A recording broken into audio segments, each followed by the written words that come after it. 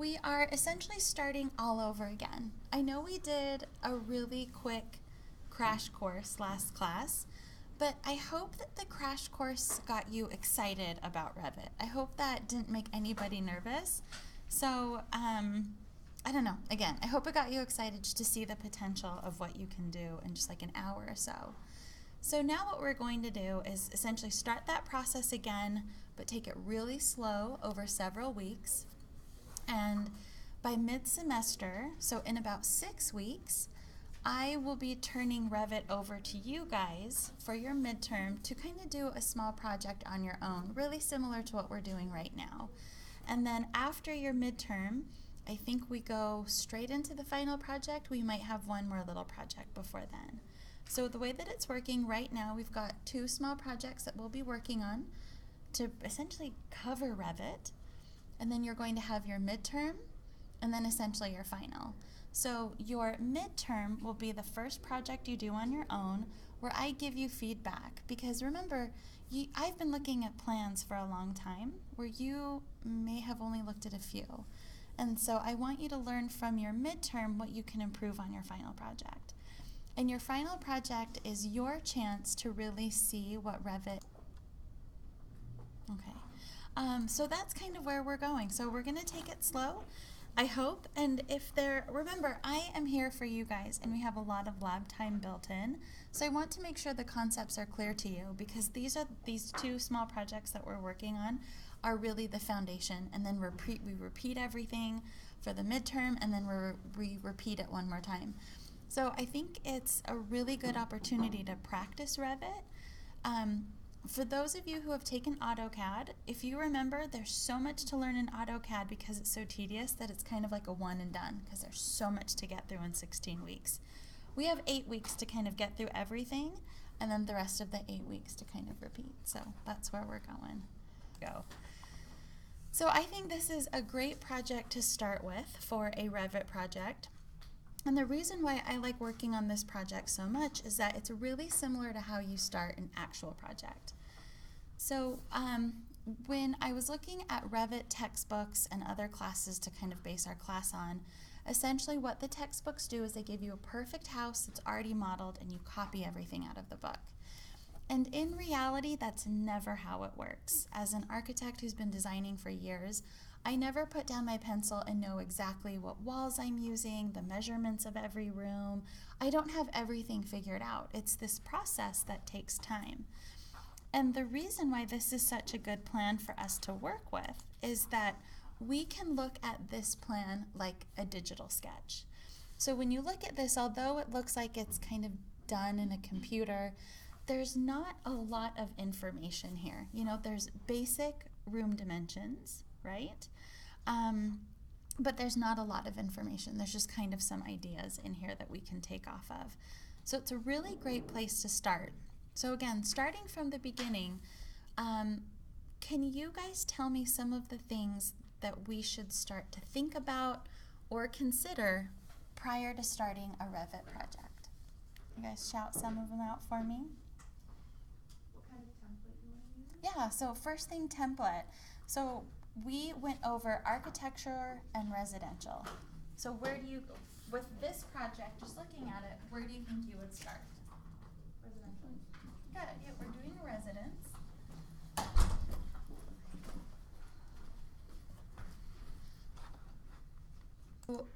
You might even go on to work at a firm where you're doing structural projects or engineering projects, but it's just good to think about that template. So hanging out in the template for just a minute, what were some differences between the architectural and the residential template? Abby, you made eye contact and then you looked away. Tell me about sheets. Can you remember the difference? I think architectural had more opposite. Yes. Yes. One of them did. So yeah. residential had more information already like in it. Absolutely. So residential went through and it had essentially all of the sheets, more than you would ever need. But it had all of the sheets set up, and architectural, there were no sheets. There wasn't even that little plus sign next to it. Okay. What about the level views? kind of subtle differences. Do you guys remember what the differences were? Even not exactly. Riley, do you remember? Like the main floor. Yeah, so it was main floor versus level 1. And remember, we can always rename those, right? Like we can go through. The other things that you guys didn't see were there's different door and window types. The things that you guys did see but may not have noticed because it was so fast and we're so early in the semester, they have different wall types built into them. So the architectural one has a lot of commercial wall types, where the residential has more residential wall types. So just different things in the template will help you depending on what you're working on. Good. All right, now that we've gotten the template out of the way, what are a couple things to consider? Remember, you don't have to have it figured out. Revit is very forgiving and will work with you as the design evolves. What else can you guys think of that you should consider?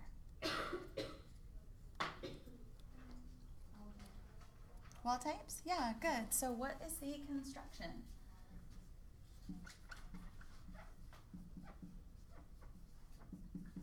So when we say wall types, we are talking about what's the exterior wall?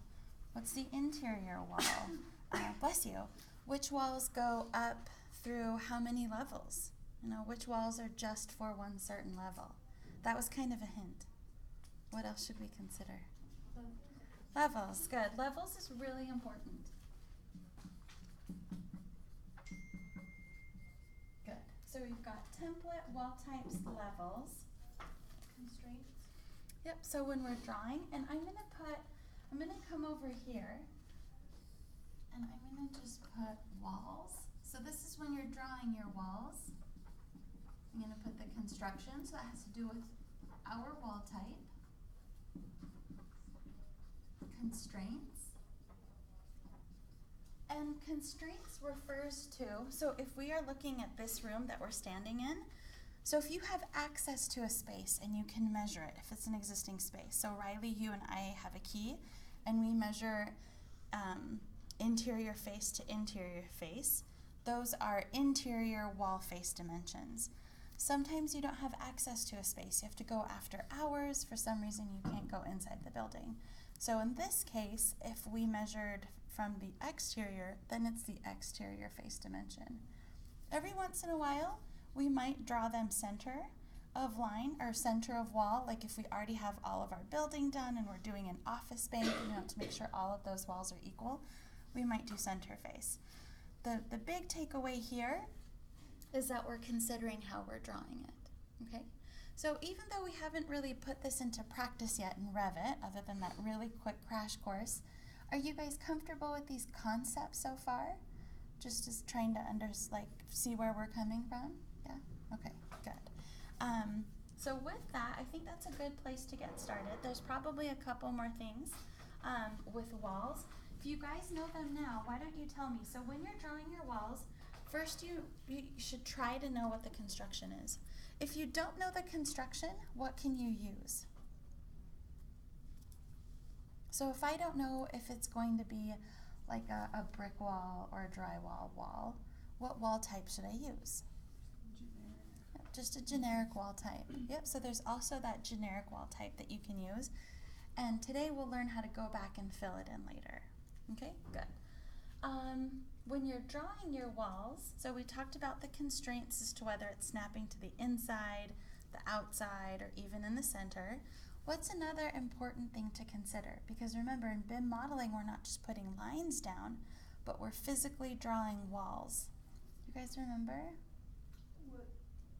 What level they go to? Yeah, so the level. So that's another important thing too. So attaching it to I'm going to put assigning a level. We never want our walls to be unconnected unless it's like a pony wall or something like that. Like something that's really not connected to anything.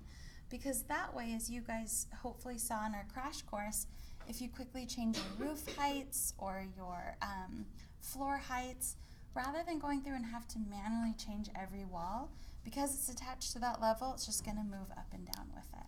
Okay, so these are the foundations that we'll start with. We're going to keep coming back here just because they're so important.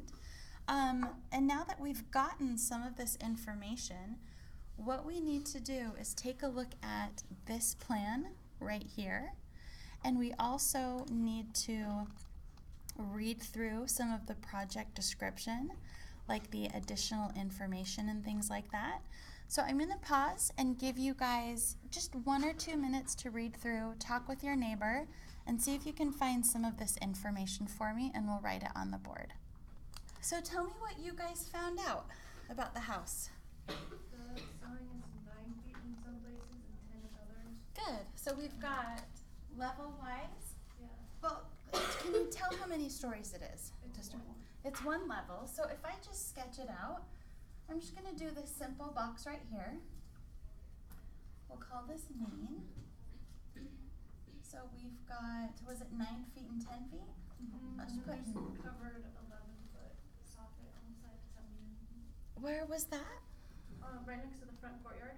There's a covered 11-foot ceiling. I'm going to go to the bigger drawing. On the right side. Yes, so with that one, yeah, we can even put that one in there too. So you've got 9, 10, and 11. Good. Right. Anything else that you guys saw? It told us that there's with the door type, there's sliding doors. Okay, good. So we've got some door information. We will add that in once we start modeling. Now do this for me too. So some things you will read in the project description, like you found the ceiling heights, but take a look at the plan and tell me what you guys can see as far as wall types go. Is that All the, different colors. yeah, so. Exterior walls are black. Mm-hmm. There are some interior walls that are blue and some that are light gray. Yeah. And then on the exterior wall there's like a little red dashes. Yep, so that usually indicates some sort of finish on it. I think in this case it's probably a stucco finish. If it was a little bit thicker, it would probably be brick. But do you guys see that just from this, what I'm going to call a sketch alone, we can start determining that there's an exterior wall, and then maybe this could be a structural wall or some sort of a wet wall, maybe both, you know, a structural wet wall. And a wet wall means that it has plumbing running through it, so it's a little bit thicker. And then we've just got kind of our generic interior wall. Okay? So I'm going to write those up on the board. So this is our really basic model. We've got 9, 10, and 11, and we'll kind of decide where our ceiling heights go. So I'm going to put down W1 exterior. I'm going to put W2 interior. And then W3 interior. I'm going to just make this interior wet / structural. Then we'll assign some stuff here. So I'm going to kind of start from the bottom and move up. But for this interior wall, well actually I'll wait until we actually get into walls and then I'll start filling it in. So now that we know our template, we know our wall types, and we've thought about our levels. Now in an actual project, you might know that you have an interior wall and an exterior wall, and that's it. So you might be working with 2 different generic wall types. Or you might go into a project and know that you absolutely want to use siding on the outside. So you can start with that. Remember, you can always come back and change it later. Your clients might run out of money and have to take the brick off, or they might decide that it's their once-in-a-lifetime dream. They're going to take out a larger loan and put the brick on. So I'll show you guys how flexible that Revit can be. I'll be coming back and forth to this screen quite a bit, but if you wanted to just leave this larger plan open, we will come back and refer to it. So now let's go ahead and hop into Revit and start a new residential project.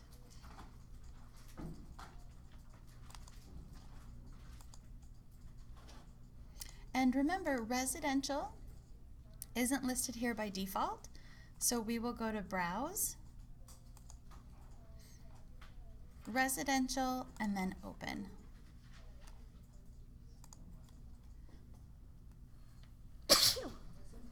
Thank you.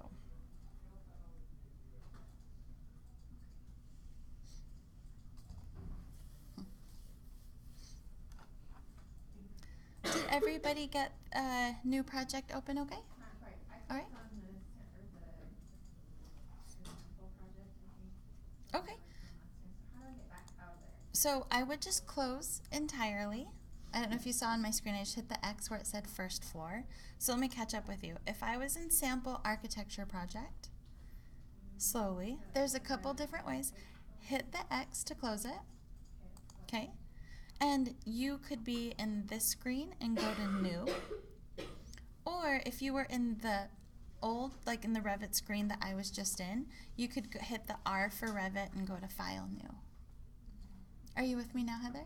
No, it's open, sorry. Did you find your template, is what I'm asking? It's still loading. Okay, but you did find the residential template? So what's still loading? I completely closed out Revit. Okay, then catch up with us in just a minute. I'm going to hang out here. So let me know when Revit is back up and running. And you really just have to go to New, and then Template, or go to Browse, and then find Residential. Okay? It shouldn't be more than a minute or so. Will you give me a look when you have your residential template up? Okay.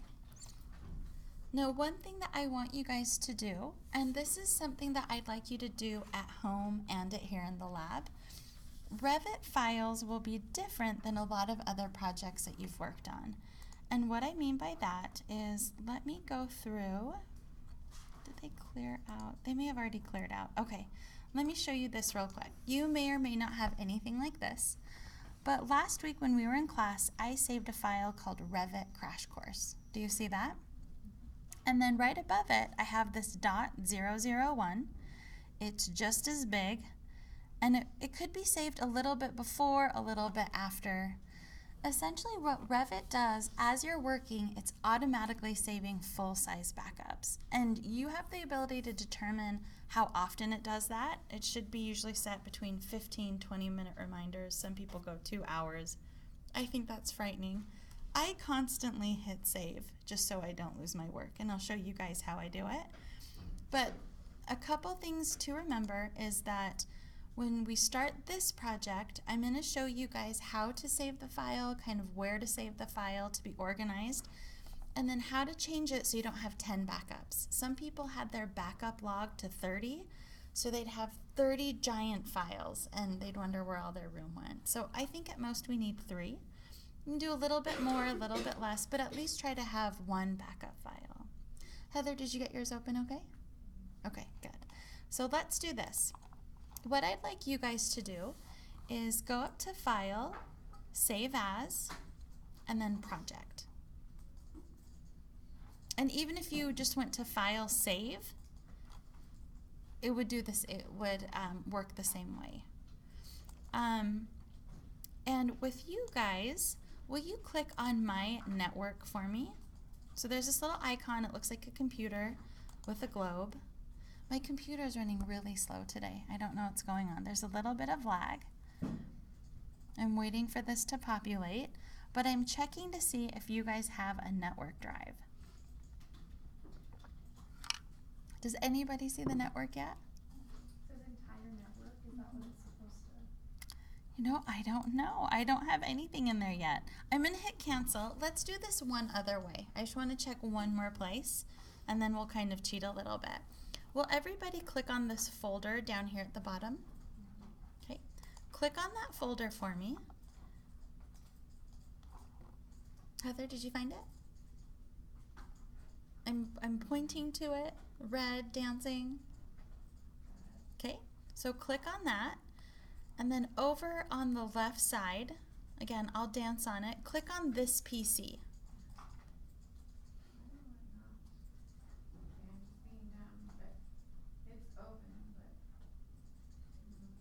You can minimize some stuff, maybe move me out of the way. By default, the projection program is set for me to always be on top. So I'm like, hello, I'm right here, look at me. I double click on that, click on it, and it will not come up. Okay, so down here, do you see this like light blue line that indicates that it's open? Okay, so if that's the case, I want you to right click on it for me, and then just click on File Explorer, and it should come up to the front.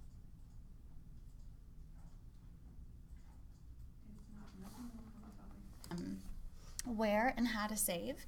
But the first thing that I wanted to check is when you guys, so you won't see it on my machine just because I'm an instructor, so I have a little bit different. But where it says network locations, do you guys see something listed here that looks like the name that you use to log into your machine? So for example, mine would be N Nawab. Do you guys see that? So Julianne, you don't. Do you work here by chance? Does anybody else not see their network drive? Riley, you don't either? Yeah, it just says home. And then, but none of these other CAD boxes are here. Okay, so I'll have to have you guys write your names on the board, and I'll probably even have Jameson come in. It just means that you haven't been given access to our network for whatever reason. It takes like 5 minutes to get you guys on. But for those of you guys who do have it, when you're in class, I would suggest you save in that folder. The reason why is, David, let's say you've sat here since the first day, right? So if you get used to sitting there and saving on the desktop, maybe one day somebody who hasn't come in regularly, like there's a woman named Ashley who's never been here, who I guess is coming. If she comes and sits there, she's on the machine with your files. This network drive lets you sit at any computer in this lab, plus the other two computer labs across the hall. The other thing about this network drive is that they don't clean it out. So as long as you're a student here, you will have that folder. Whereas these desktops, we have so many students that at just random intervals of the semester, they will come and wipe them off, which they didn't tell me. No, so that was going to be my second thing. So you can't remotely access them, unfortunately. It's just a campus security thing. But what I will do at the end of class, I'm going to show you guys how you can use something like a Google Drive, which you all have for free, or even a thumb drive, so that you can have an updated copy of what's here waiting for you at home. It'll essentially be a drag and drop. So pretend right now, even though I'm on my desktop, pretend that I am on my network drive. Okay, so everybody go to your network drive, make a new folder,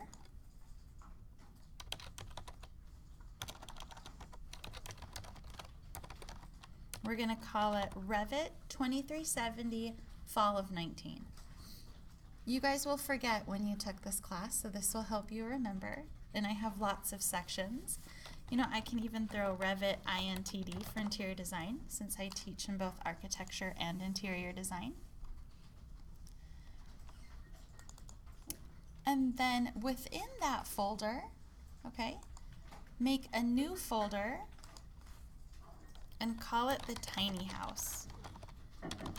And I also put /modern casita because I call it the tiny house here. It's called the modern casita on custom 61.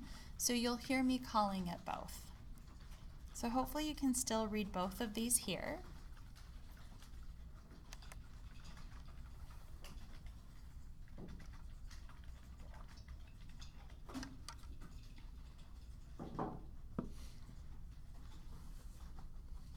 Now I'm going to borrow Taylor's computer real quick because since I don't have a network drive, I need to figure out how to tell you to see the network drive in Revit. So Taylor, I'm going to borrow this real quick.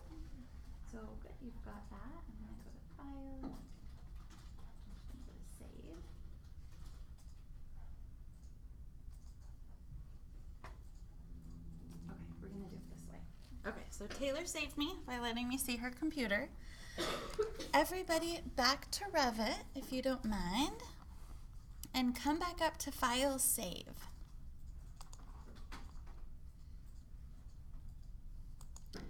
If you click on where it says US Imperial or whatever it says right now, click on that, and do you see this PC? It should be the second thing down. So desktop, this PC. Click on that menu, and then somewhere towards the bottom, you should see your network location again. So Riley, Julianne, you might have to be creative today. Save it wherever you need to. But like I said, I will either text Jameson or send him a message to see when he'll be here. I will need your S number as well as just the login name that you have. Okay? For now, maybe save it on your desktop, but I'll show you how to save it before you go. Okay? Everybody got that? What are we saving now? my things are going back and forth, so I work over here and then I'm up over here. Okay, so here's what I'll tell you to do. To make it easier for you, Heather, you can grab this screen right here, drag it back on the screen where you're working, so you don't have to go back and forth. So just hold it from the top, click and drag it over. Which one am I dragging? Yours? You have to, no, mine stays on the right. Right side? Yeah, mine stays there. Just bring over your personal stuff.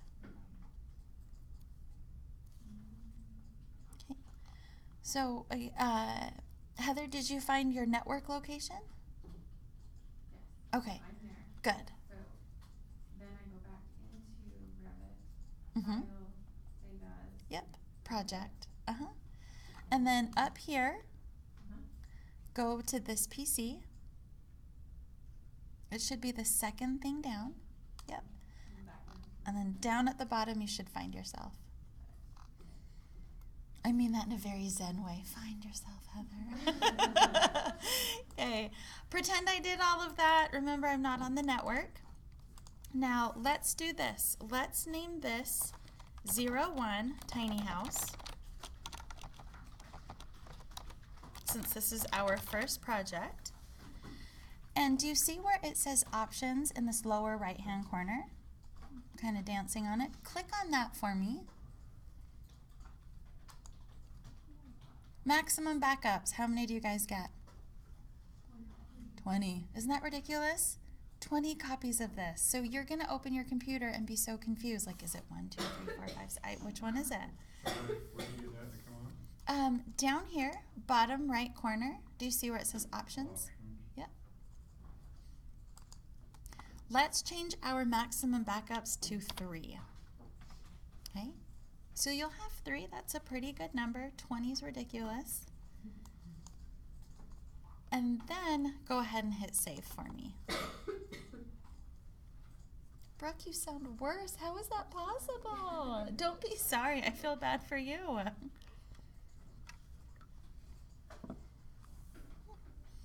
So just a quick recap of that. When you're in the lab, use your network drive if it's available, okay? When you save your file, go to options and change your maximum backups to less than 20, really less than 5. You don't need that many backups.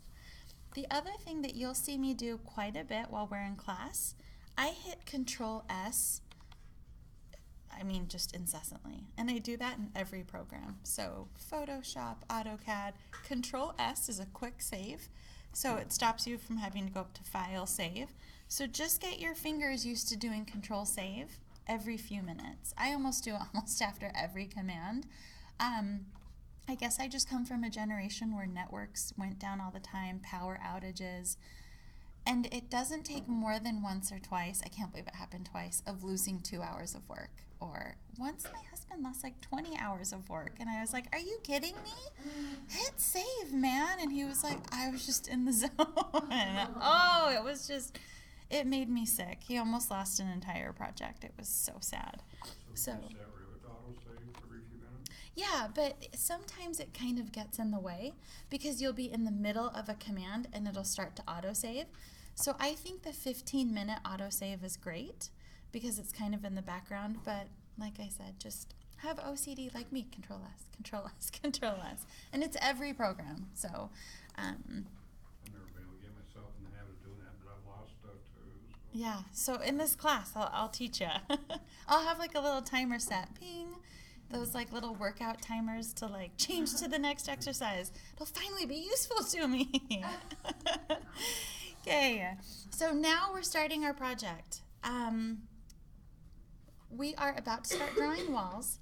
Can you guys go back to our crash course and remember something I said about before you start drawing walls, what do we want to look at our screen? We're used to working in plan view. What was that? Make sure it's not activated when you use it out, see if like the normal ribbon. Yeah, so we have our normal ribbon. That's good. So we know we're ready to go here. Let me just tell you guys, because it's only been one class, but I want you guys to get used to working with a few different views open. So don't get stuck working in floor plan because we are creating space here. We're making a digital physical model. So with that, do you guys remember what views that we used last time? Sound elevation. 3D, good, and the south elevation. So any elevation will be great. I typically like to go south because that's usually where the front of our space ends up being, and 3D. So if you look up at the top of your menu, we've got these 3 views here. If you have extra, you can hit X to close them. Let me be crazy. If you have way too many like this, I've got this shortcut right here that closes all inactive windows. When you're at home or even on a laptop, if you're starting to lag, X those out here. But again, first floor, 3D, and south. Anybody remember the shortcut to tile them? Good. WT window tile. I got lucky. This almost never happens. I was gonna ask how you move them. Yep, so I am almost always like this, where the view I don't want ends up here. What you need to do, click in the view that you're trying to move your stuff into, hit WT. That didn't do it for me. I have to click in there again to activate it, WT. So it's a click and a WT. Need to, sorry, take some quick notes while I'm going. While I teach, you guys will see me referring to my iPad quite a bit. I have a list of things I want to go over. Don't throw spoons at me yet. I have a list of stuff I want to go over. If we get to it, I check it off. That lets me know I can ask you that question. If we don't get to it, it just gets moved down to the next week. So it kind of helps me stay somewhat organized. Okay.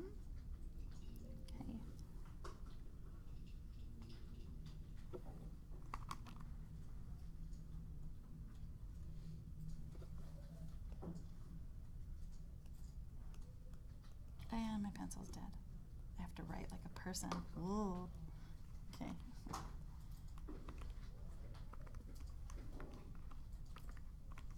All right, sorry about that.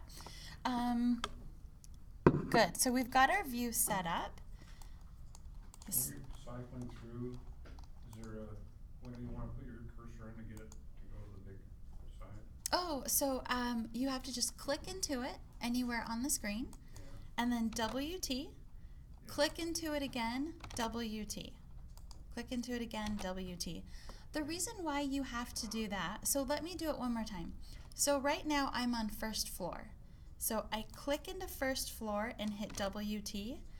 My view is following the active view, which is the first floor. So if I hit WT now without clicking into the other view, it's gonna change this view right here. Okay, it didn't. I lied. So I just have to come back and click into this one, click into it again, first floor. David, did that answer your question? Yeah, it worked Cool. to go to the big one. Okay, good. Back from there. And then, I have a question really quick. sure. So it's kind of a pain to have to use those little scroll bar things to get your screen to where you want to look at it. Is there a shortcut to like push a key? To do that? Like in Photoshop. Yeah, absolutely. So it's really easy for our navigation, and I'm sorry, I probably blew through that during our crash course. I'm sure you told us, but No, I probably didn't. I was so frazzled because nothing was working. I went home and passed out. So let's do a quick review of how to navigate through Revit. So I think the easiest way to do it will be come to the south elevation because we actually have content there. And your cursor works like a magnifying glass. So if I put my cursor over this top roof elevation and start scrolling up, that zooms in. And if I start scrolling down, that zooms out. Got it? Now that I've zoomed in kind of awkwardly, instead of doing this, take your cursor, double click on it, and it should do a zoom all. So sorry, not your cursor, your roller ball. So let me do that one more time. Double click on your roller ball, zoom all. I meant to tell you guys that when we were moving the house around, when we were doing the roller ball like shift or whatever, but I forgot to tell you the double click part of it. So thank you for asking. Did it work for you? Press on the wheel too to drag it too. Uh-huh, yep, that's our pan. That moves the sheet of paper across. oh, maybe I missed that part then. I mean, I got the zoom part, but like, so you don't have to keep in the little squares. No, you don't need to do those. That'll give you carpal tunnel really Yeah, quick. so how do I move my screen around? So that it's rollerball. It's the four-headed arrow. So your rollerball does a lot.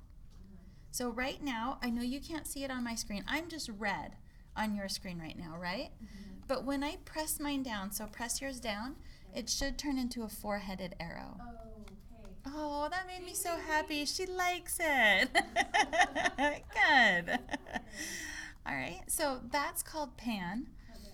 So your rollerball really does everything. So rollerball up and down, zoom in, zoom out.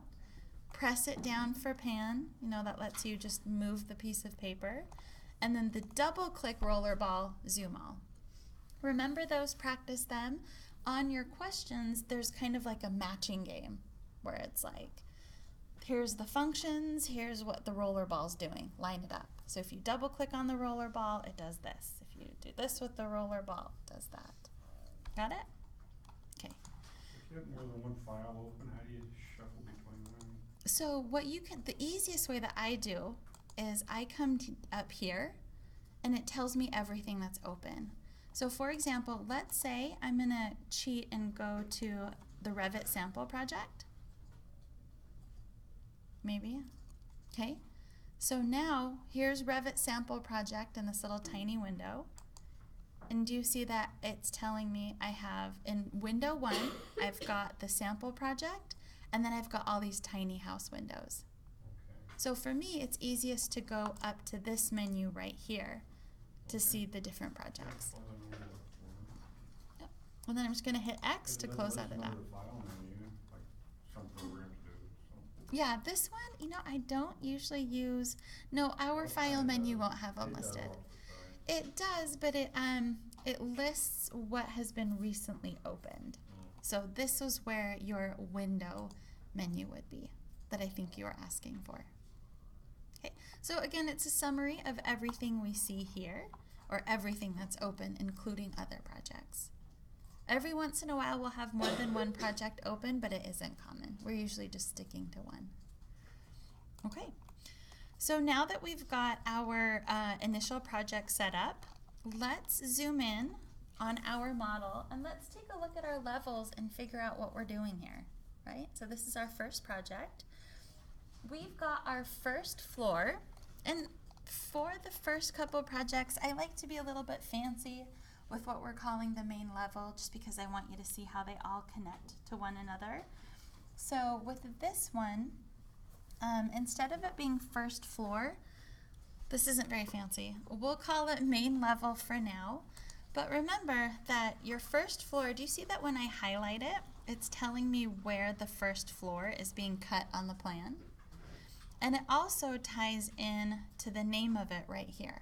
So in BIM modeling, everything's connected. So first, we click on our elevation marker to activate it, and then we click one more time into the name. Remember, here you don't need to backspace, you don't need to move your mouse into it. Just start typing main level, and it knows that you are inputting it. And then here, it should say main level too. And it may have asked you, do you want to rename the corresponding views? And the answer really is always yes. So typically I will say yes once and then do not ask again. Last semester I had a student say no and do not ask again, and it was so hard to figure out how to undo that. I was like, let's just reinstall Revit. I don't know. So much that was wrong. I don't know everything. And when I don't, I panic, and you know your brain doesn't work in a panic. Okay, so main level's at 0. Do we have a second level? No. We don't have a second level. We are essentially going up to the roof. So what you can do here, and I know that seems crazy, see how right now we have a second floor, right? I'm gonna come over here, click on the second floor and hit delete. And it's like so many warnings. It's like you are getting rid of so much more than just this little annotation line. I know what we're doing. See how all of those views went away? Keep opening a new project, and I got the little house there, and Sorry? should just it's shown a little house there like So you that. have your old project open? Yeah, but I opened a new one, Okay, so I think you've got too much open. Let me kick you out real close quick. everything. Yep, so up here, here is your Yep, so hit delete. Where? On the keyboard. I think that's probably the one that you want, right? No, you want your Well, tiny house, and right? then No, let's open it. I think that's a Maybe couple, just say yep. okay. Let's go Well, here. keep dragging this up, Yep. I'm gonna do a new. So you made a little house, and then you have a tiny house. So little house was Oh, from no, last week, you right, said- or from Yeah, last but month? it seems to drag this over to a new project each time. No, you just have a lot of stuff open, so here, so if you look up here, it says little house, you look over here, tiny house, so let's keep closing little house. And then if you look at the window, no more little house. Okay. And I don't know why tiny house, or I don't know how you have two first floors. Yeah, you just start from scratch. Okay, so then you get your view set up. Yeah. Mine did not. Am I pressing on this specifically or? Oh, no, so you were pressing on the elbow, so go ahead and click on second floor, and then hit delete. Yep. There you go. And it's gone. Anybody else have questions? No? Okay. So Abby had a good question. What was happening over there was when she was trying to select her second level, she managed to select it from the elbow. So it wasn't really selecting it. So that's what ended up happening. So I was just showing her to, go click on the line to make sure you have it and then hit delete. Okay, so we've got our main level and now we've got our roof. So because this is our first project, I want to make it a little bit simplified for us because we had 3 different ceiling heights, right? I'd like to keep it at 1 for now and then we can change it. So what I'm gonna do is draw a quick section of what this house looks like if we were to chop off the front of the building. And this is gonna be a really simple section, but we know our ceiling height is somewhere in here. It's told us the ceiling height, and then we're going to have structure, and then we're going to have the roof, something like that. This could even be like, the roof ceiling structure. And then if we look at our walls, our exterior walls actually come up over the roof. Master's degree. But this is what the house looks like. So those walls come up and over so that you kind of get that modern look. And these are called parapets. So this will be a slightly different roof than what I think you're used to drawing, which is what we did last class in the crash course. And it'll be a different roof because it'll just be flat. There will be no slope to it. Can you tell that from the plan, or do you just know that because? I just know it because when you have a modern building, you won't ever see something that's really just a flat roof with no wall edges. There always has to be some sort of a wall edge that comes up. Okay. Sometimes it's a really, it's always called a building curb. Your building curb could be as small as like 6 inches. In this house, we're going to kind of guess how big it is. But let me look at the pictures with you, and I can show you where we can get some clues. So for example, this is the top of our door, right? And then we see that we've got a window here too. So the ceiling is somewhere up in here. It could probably be even this wood area. But even if it was above, our ceiling isn't that thick where it would go all the way up.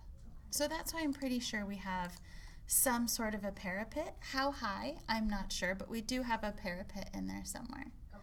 So we're gonna do a simpler massing than this just to kind of get the project started. So right here you can see that it steps down a little bit. So we'll do a really simple massing just to kind of get it started, but then we'll start playing with we'll add additional levels in just a bit.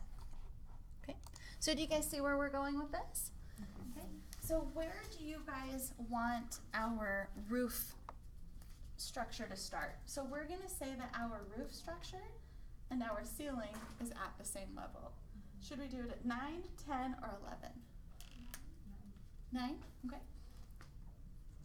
You know what? I'm going to veto that since I'm the instructor. I'm going to go in the middle. Let's make this fancy. Let's go all the way up to 10 feet.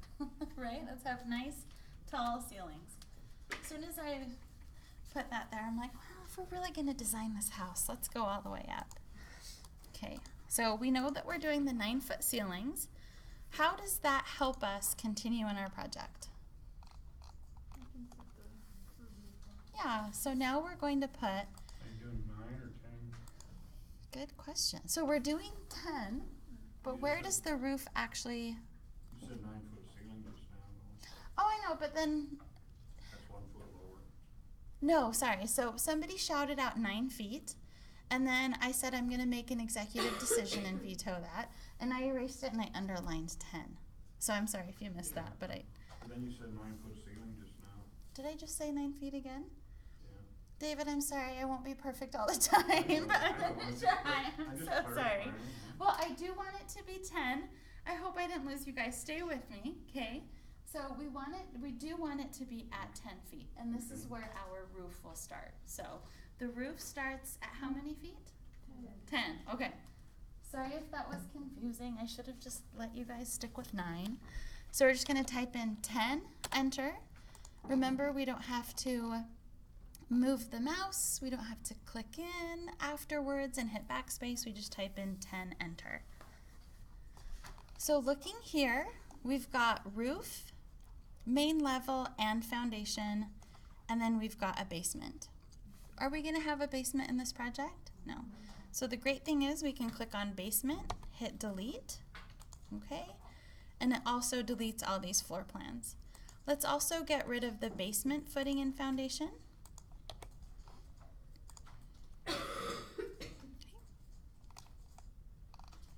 And then the last thing I'm gonna do, I'm gonna click on the foundation that I'm going to keep and hit this little tilde right here to add an elbow. I wish they'd make this a little bit bigger. It's not very easy to see. So you can do that portion, you can choose to skip it, but that's kind of where I want to start. Okay. So we've got our level set up. We got our template. I love checking stuff off, so let me go ahead and do, okay.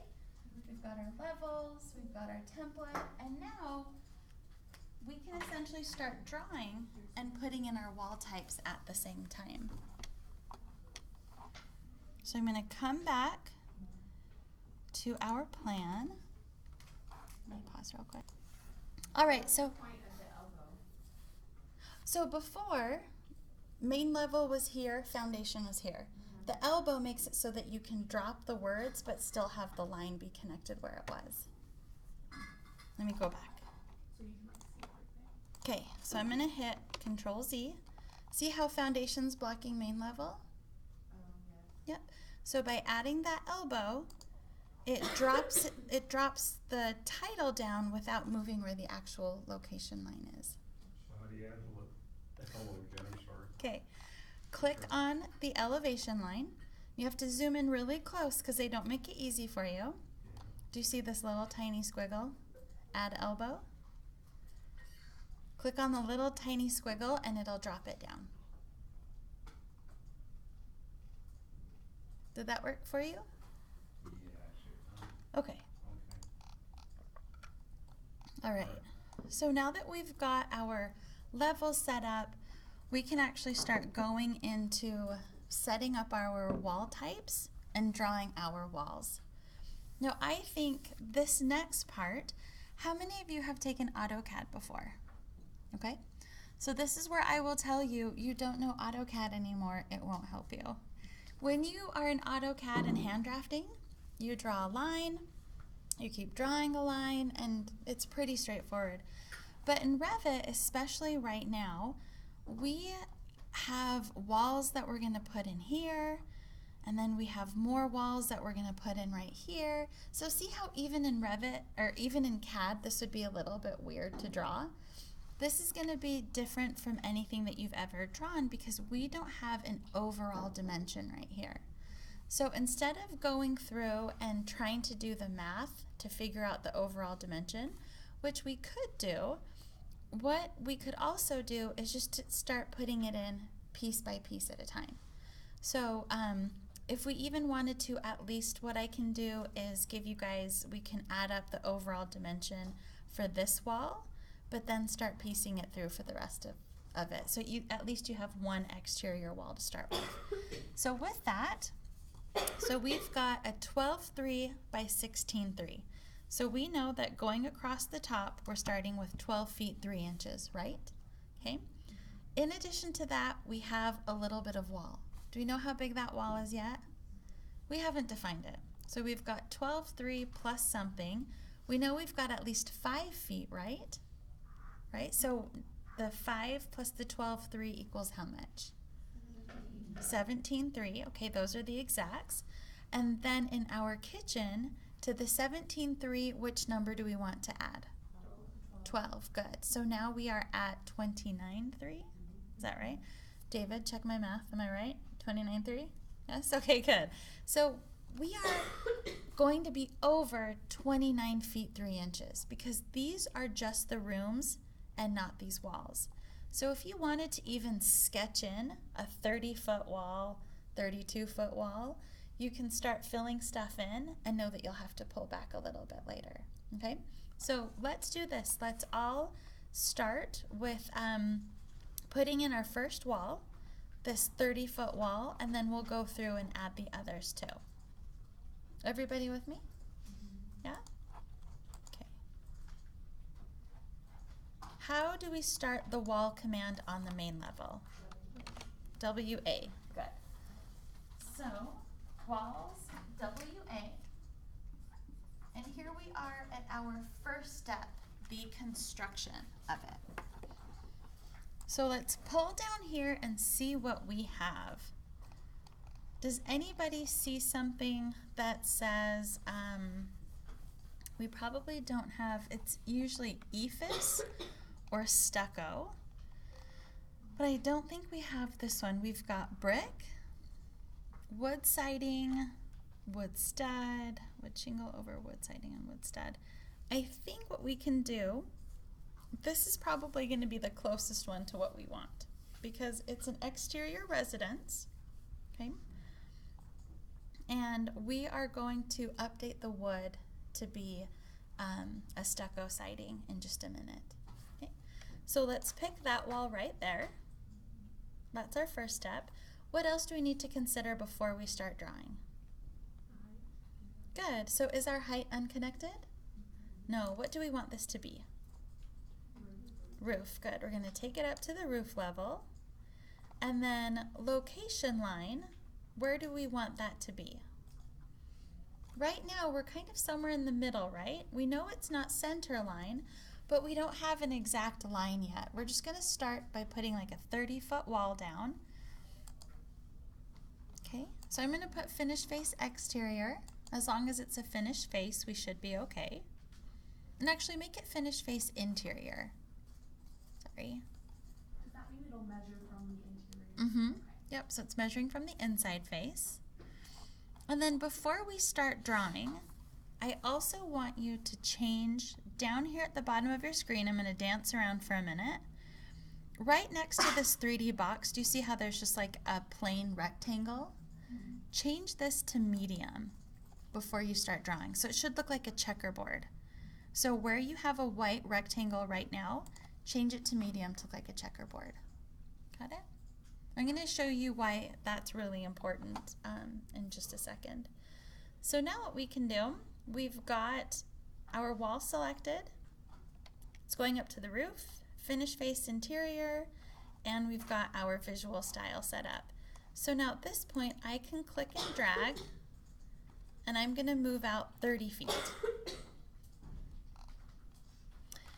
And as I'm drawing, do you guys see which side the exterior siding is on?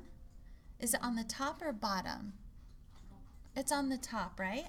So if you didn't change your detail to medium detail, it just looks like a solid wall and you couldn't tell which side the material was on. And I'll show you guys that. So again, I'm just dragging out to the side, 3, 0 for 30 feet and then enter. And then I'm actually just going to go ahead and hit escape. That's just the first line that I want to start with. Okay, let's zoom into our wall a little bit, and I'm going to talk. Yep. So can you move that if you want it closer to your level things? Be more specific. Move what? The wall you just put in?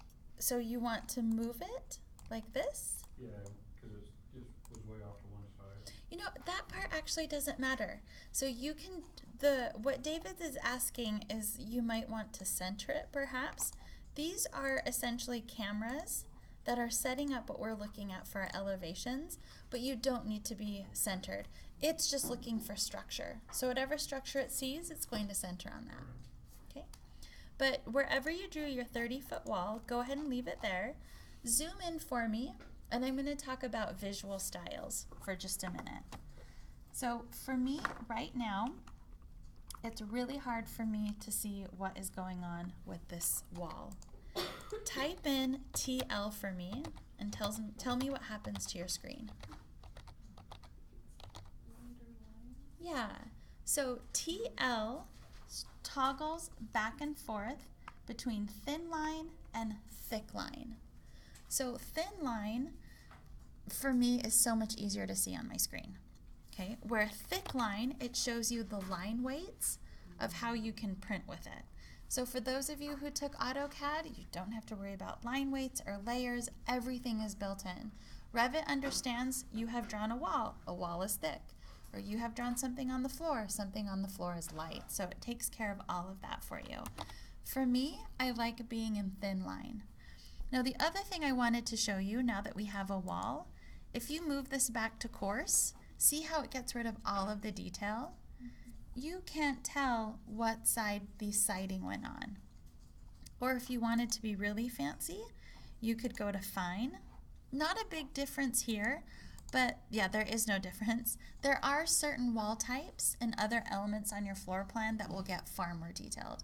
Especially in interior design, you will see a big difference between a sofa and a chair going between these three. Okay, so by that default, stay at detail medium. came from a wall type you selected? Say that one more time. The detail you got on the wall? Or? Yep, so I picked the basic wall exterior wood siding. If I change this wall, see how it adds the brick? If I go to generic, it looks like that. So all of the detail is coming from the wall that I picked. And then, David, if you're still not seeing it, do you see a checkerboard down here? Yeah. Yeah, you got that. Okay, so click on your wall for me. I can see you. Click on it. And then, is it clicked? I don't think it's blue. Right now it's white. Hit escape for me a couple times. Okay, and then click on it again. There. What kind of a wall do you have? Read in this upper left corner for me. Generic still. Okay, so pull down, find the exterior wood siding for me. Wood siding on wood stud. You guys, 1041, we have a wall. Woohoo! Totally different than last class, right? Yes, Abby? Is the detail level just like a visual thing as you're working in Revit, or is This is how it'll print. Yeah, so everything you see in the screen is how it'll print. That was a great question. Because this view is what we're going to drag onto our sheet to print. So whatever you have set up here is how it'll print. Good question. Okay, so we've got a wall.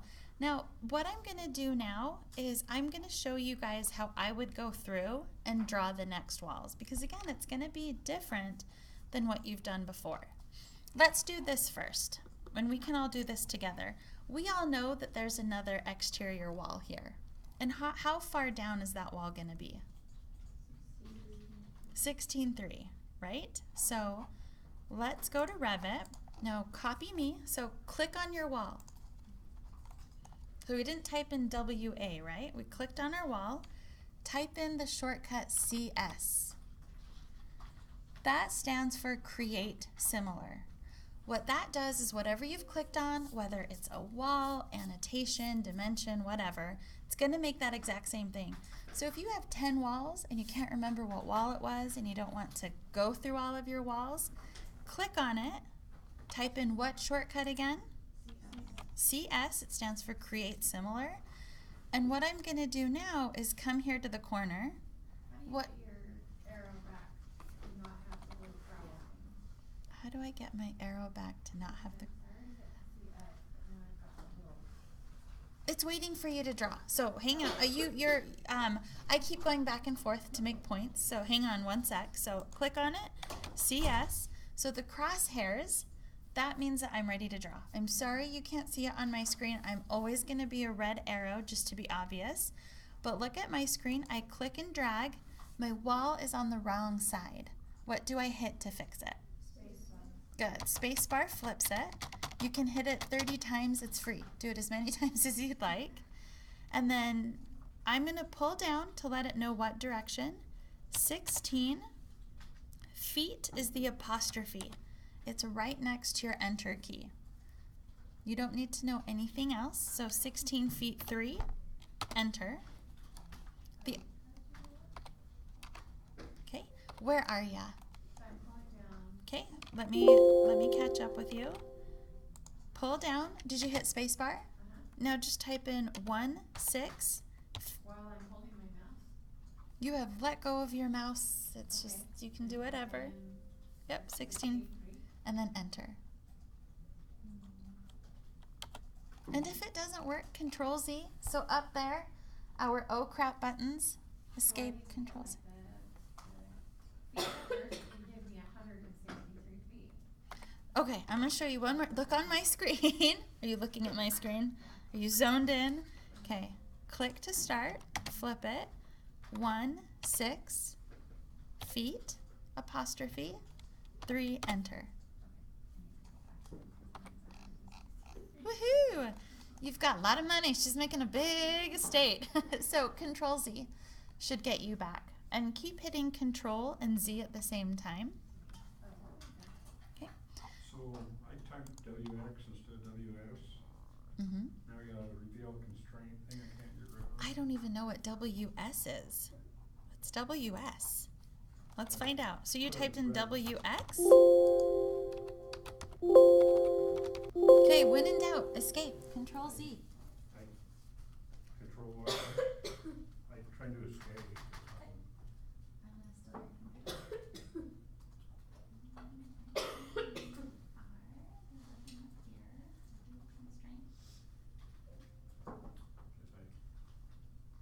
Control Z long enough, it'll get you back to where you need to go. Okay, what is our favorite oh crap button? Control Z is free. Hit it as many times as you want until it finally starts doing what you want it to do. Right? Sorry, it put my, like, the exterior part of the wall on the interior. Flip it. Spacebar. Flip it good. Okay, but then it puts it on the outside, if that makes sense. Maybe I think I'm just clicking the wrong spot. You're right. That's right. Let me lay it down. No, that's right. So your wood siding is on the outside, your drywall's in the middle. Yeah. And so do I draw it? Okay. And then 16. So wait, make it straight. So hit escape. Okay. So one more CS. And then click there. Good. Okay. Drag down. Flip it. Yes. One. Oh, I'll fix it. I get it Okay. now. I'll fix it. No worries. So is that right? So yours is on the outside, so hit escape for me. Okay, click on your wall. Spacebar. Now it's right. The dimension might be off, but your wall is right. Okay. So with these walls, we just have to slowly start building them together, especially since we're not building a perfect little square box like we were on the first plan, like we did yesterday. So here, I know that my next wall is going to be 12 foot 3. So I can go into Revit, 2 ways to put in the wall command. What's my first shortcut? WA. What's the second one? CS. Either one. I am a fan of CS. I use it all the time.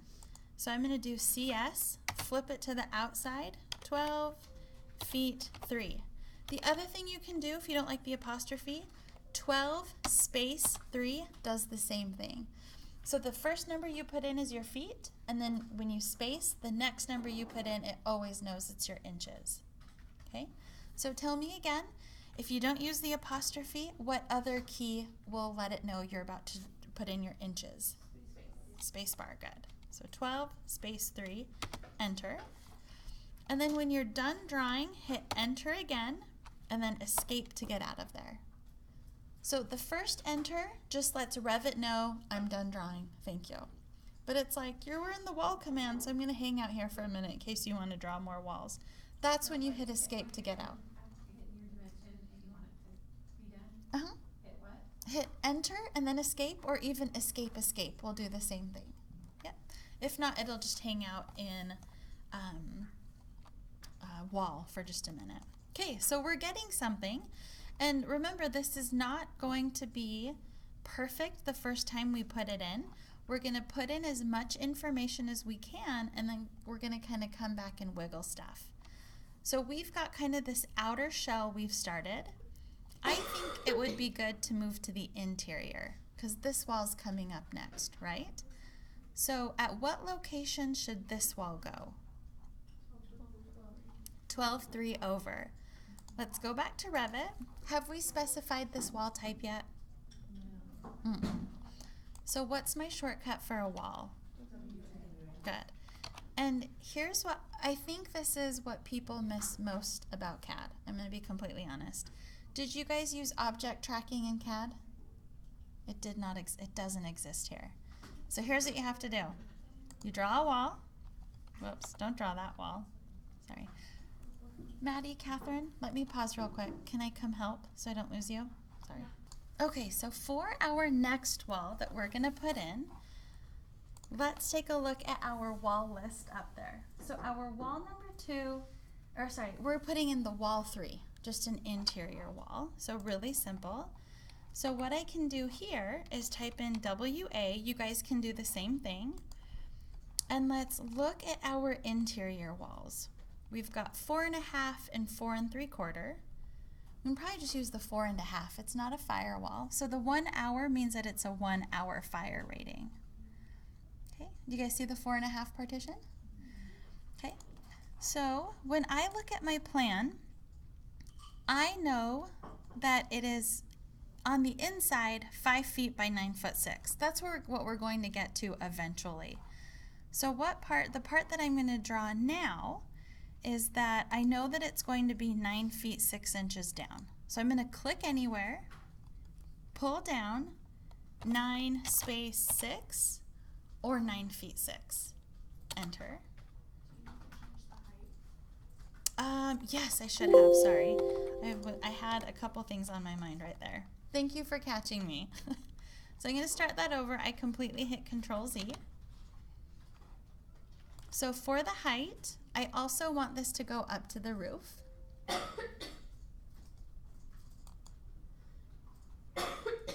Okay. And then I'm even going to make this finish face interior, just so we're consistent. And I'm going to click, and remind me, was it 9'6"? Good. 9'6", enter. And we know that it's supposed to be 5 feet, right? So the way that mine is being drawn now, I won't be able to get exactly 5 feet just because I've got the thicknesses of the wall. See how it's kind of closing in on itself? So I'm going to come back and fit that, or fix it. But for now, I just want to get it about 5 feet. So give me any type of a sketch that looks like this. Right now, the dimensions don't matter.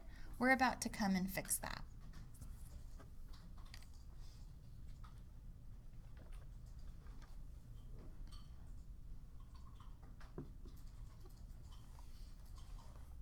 Everybody have 3 walls to enclose their bathroom? Yeah? Good. So now that we've got our 3 walls, I'm coming back to this plan. We know the dimension between this wall face and this wall face is 12.3. What did we use last week to help us with those? Yeah, DI for dimension. If we click on a wall, remember how these quick dimensions pop up? Why don't these help us really? Where is it measuring from? Is it wall face to wall face? Mm-mm. It's center line. So you could come and click on them like we did last class. This works too. Or you could just type in DI. And when I type in DI, see how up here, do you guys see where I'm circling?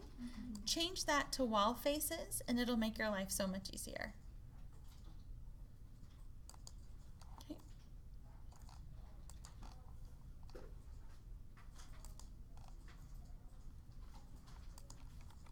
So just put in that first dimension for me. We're measuring from interior to interior. Yep. And sometimes to be honest, after I put a wall down, I go back to coarse so it doesn't snap on every single line of my wall. My eyesight isn't great anymore, especially with stuff like this, so I tend to jump around a lot on my screen. Okay, so tell me again, last week when we were moving walls, if we were physically in a space and we wanted to move a wall, what would we touch? The inside. We'd actually touch the wall, right? So we're in Revit and we want to move a wall. Like if we want to change this dimension, do we click on the dimension or the wall? The wall. So take a look. As soon as I click on the wall, see how the dimension activates? Now I can click into the dimension, 12 space 3, enter. And now at least this part of the wall is in the right position. Okay, so you hit EI, Uh-huh. click on like the outside wall, drag it over to the bathroom wall basically. Yep. Click, Uh-huh. and then how do you change the dimension from there? Okay, so if you were in a space and you wanted to move this wall, would you click on a number or would you actually physically click on the wall to move a wall? The wall. Yep, so click on the wall for me. Does the number highlight now? It doesn't, it still just keeps letting me scroll back and forth, so I'm missing some click or something. Okay, so hit escape for me a couple times, right? Whatever your dimension says right here, when you click on that dimension, does this activate? Does it get smaller and turn blue? Does it stay this big number? So So- go back and hit DI. No, Heather, I say what, so you don't have this here yet. Okay, I'm gonna delete this. Sorry, since you just explained the whole process, I thought you had it, because you're like, hit DI, touch that wall, touch Right, that which wall. I get that. I'm just having a hard time figuring out how I can edit the numbers. Let me go back. Do you have a dimension string on your plan right now? Now I do. Okay, let me bring mine back. Okay, so you have a dimension string that's black, just like mine. Different number though, right? Right, but it keeps moving. That's what I'm trying to figure out how to get it to stop moving up and down so I can edit it. Click it one more time. So you've put a dimension down, we have to click one more time to place it. So take a look at my screen. So you click, click. Is it doing this? Yeah, So you have to click one more time to place it. You haven't placed it yet. So one more click. on the wall, right? Not on the wall. So, I'm missing where I'm clicking. okay, I'm trying to show you on my screen. Take a peek. So you have your dimension here, right?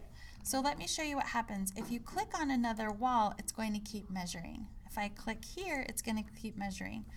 But I'm going to hit undo. If you click kind of in the middle of nowhere, it's like, oh, you're not measuring anymore. This is where you want to place it. Oh, okay, that's what I need. Okay, so now you have a dimension, right? Mm-hmm. Okay, so now that you have your dimension, click on your wall. Keeps popping up a dimension text box. Supposed to do that? Okay, hit escape for me a couple times. Are you clicking on the wall or are you double clicking on the dimension? Because I just want you to click on the wall. Just bring up a line that's moving up and down. Probably not. So when I'm clicking on the wall, it goes to the center and the wall's out right, or? No, change your dimension style in the upper left corner to wall face. Okay, so I've got So that. look at your cursor. Uh-huh. Your cursor is still in dimension. Right. How do you get out of dimension? Are you still in dimension? Are you still in dimension?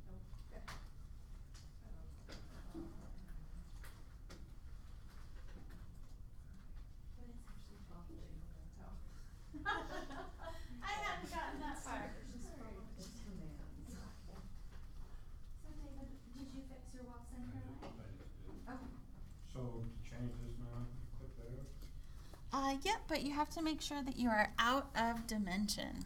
So, just make sure you have a plain cursor. I wish you guys could see mine. I think that's tripping some of you up. So 12, 3, right? I can't even remember anymore. Okay, 12, 3. And then this next one, what should the inside width of this room be?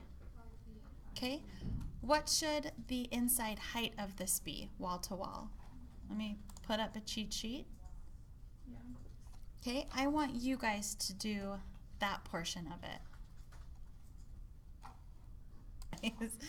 Okay, I'm going to be reported one day. So let me come back to our dimensions. I need a 5 by a 9'6".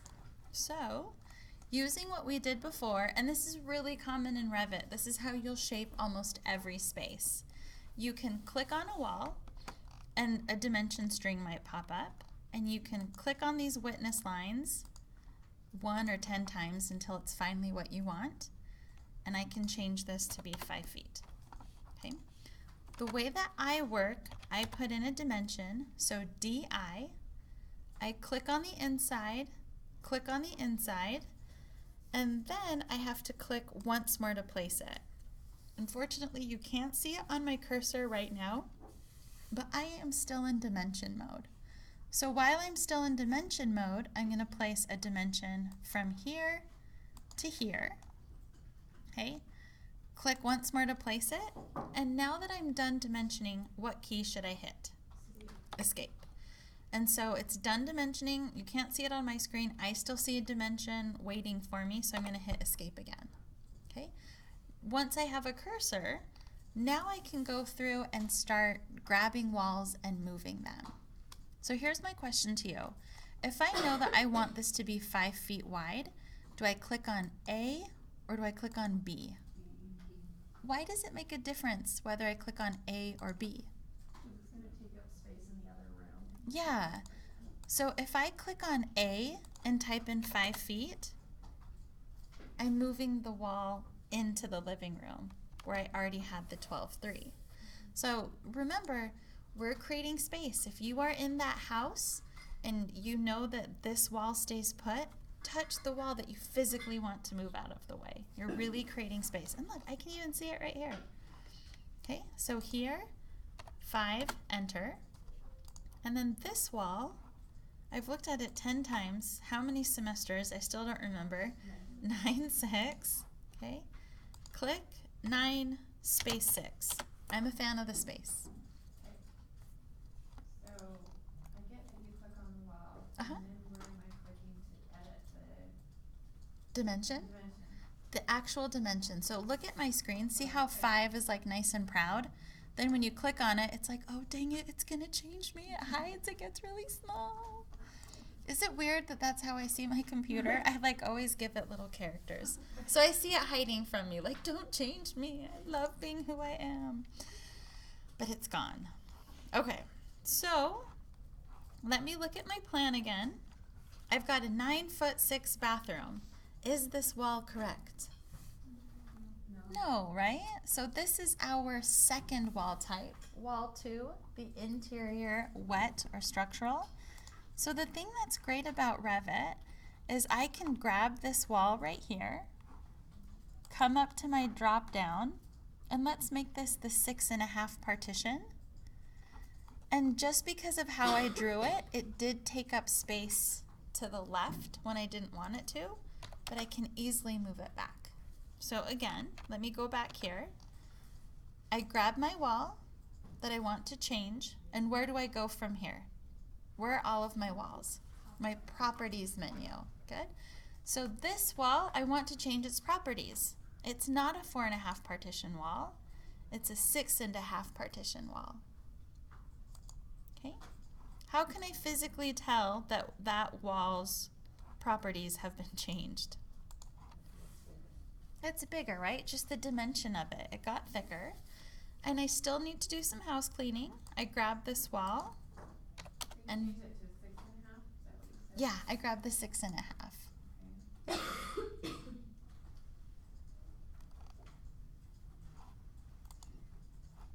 And then looking back at my plan here, do you guys see it? It's kind of subtle. Do you see that this wall actually goes all the way through? This dashed line actually indicates a doorway. So if I have another wall there, I don't have another wall there yet.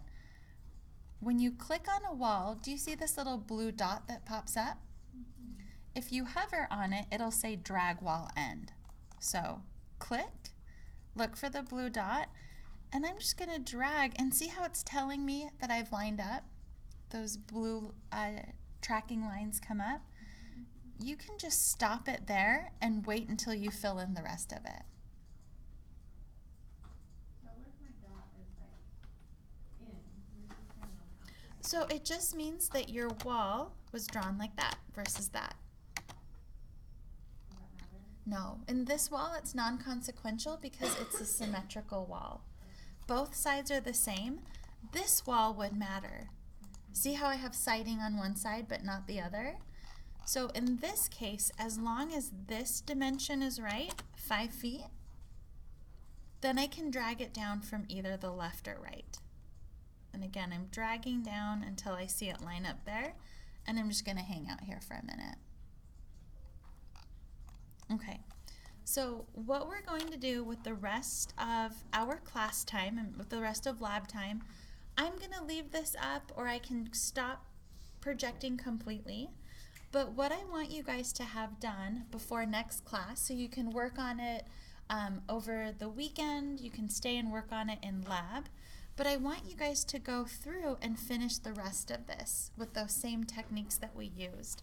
So you can see that you have most of the information, and we're just going to try our best and come with all of your walls in.